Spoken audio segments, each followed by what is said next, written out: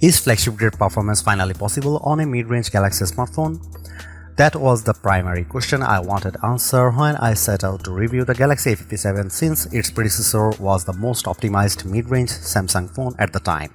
Is the answer is yes, no, or somewhere in between? And what about everything else? Are the rest of the phone's features good enough to justify the biggest price tag Samsung has put on a device in its premium mid-range lineup? Let's find out. On the display front, the Galaxy A57 doesn't bring any upgrades over the A56. It's vibrant, gets plenty bright, has a 120Hz refresh rate, and offers a good viewing experience whether you are watching videos or browsing the web. The good news, though, is that Samsung has finally done something about the ugly bezels that have plagued previous models in the lineup. They have been reduced on all sides, and while the chin is still the thickest of the four, it's a long overdue step in the right direction. The A57 seems to have carried over the stereo speaker setup from the A56. It sounds good for a mid-range phone, but it doesn't get as loud as I'd like, and bass reproduction leaves something to be desired. The Galaxy A57 uses the same rear camera setup as its predecessor, a 50MP primary camera, a 12MP ultra-wide camera, and a 5MP macro camera. Unsurprisingly, image quality is largely unchanged. The A57 captures excellent photos in daylight with a wide dynamic range and accurate colors.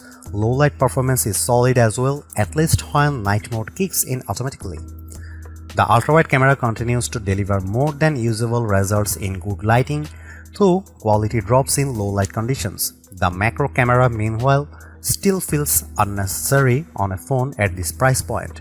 It's fun to experiment with at first, but most users will likely ignore it after a while. A dedicated zoom camera is still missing, which is disappointing given that some competing devices in this segment offer one. As before, it feels like Samsung is holding back here to avoid stepping on the toes of its Galaxy S FE lineup. Where the Galaxy A57 does benefit is in camera responsiveness.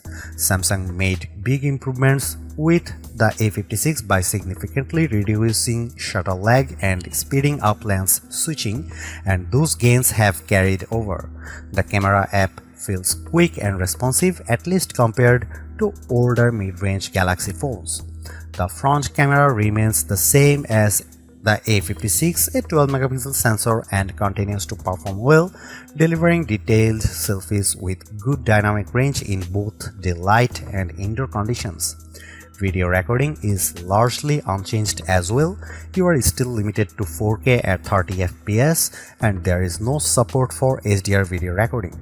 Samsung says the camera offers richer dynamic range with advanced sensor HDR technology, but that feels more like marketing speak. Video quality itself is perfectly fine. It gets the job done, but it's not going to blow you away.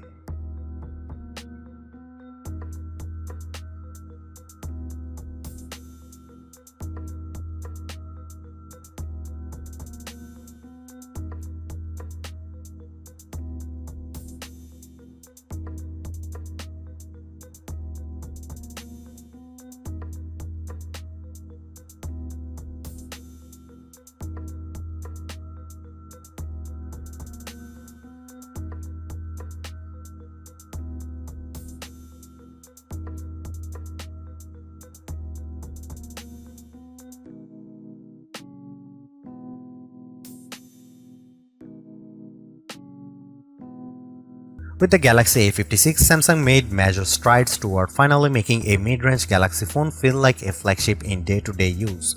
Animations were surprisingly smooth throughout the interface, something people simply didn't expect from a mid-range Samsung device.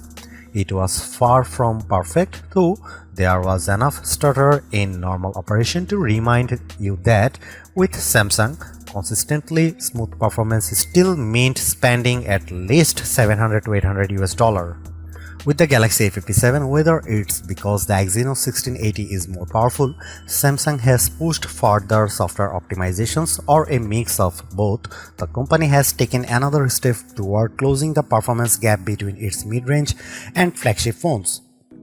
Is stutter and lag completely gone? Not quite. For example, if you swipe down from the right edge of the screen to open the quick panel directly, the animation still has a slight hesitation. And if you are running navigation in the background, the phone can sometimes take a second to respond to your touch. But those moments where performance feels iffy are few and far between. In normal use, the Galaxy A57 often feels like a high-end phone. It's a shame it took Samsung 17 years from its first Android phone to deliver this level of performance in the mid-range. But it's great news for anyone considering the Galaxy A57 as their next device. What about gaming? Samsung says the Exynos 1680 offers up to 15% better GPU performance than the A56's Exynos 1580, but I wouldn't say the difference is particularly noticeable in real-world use.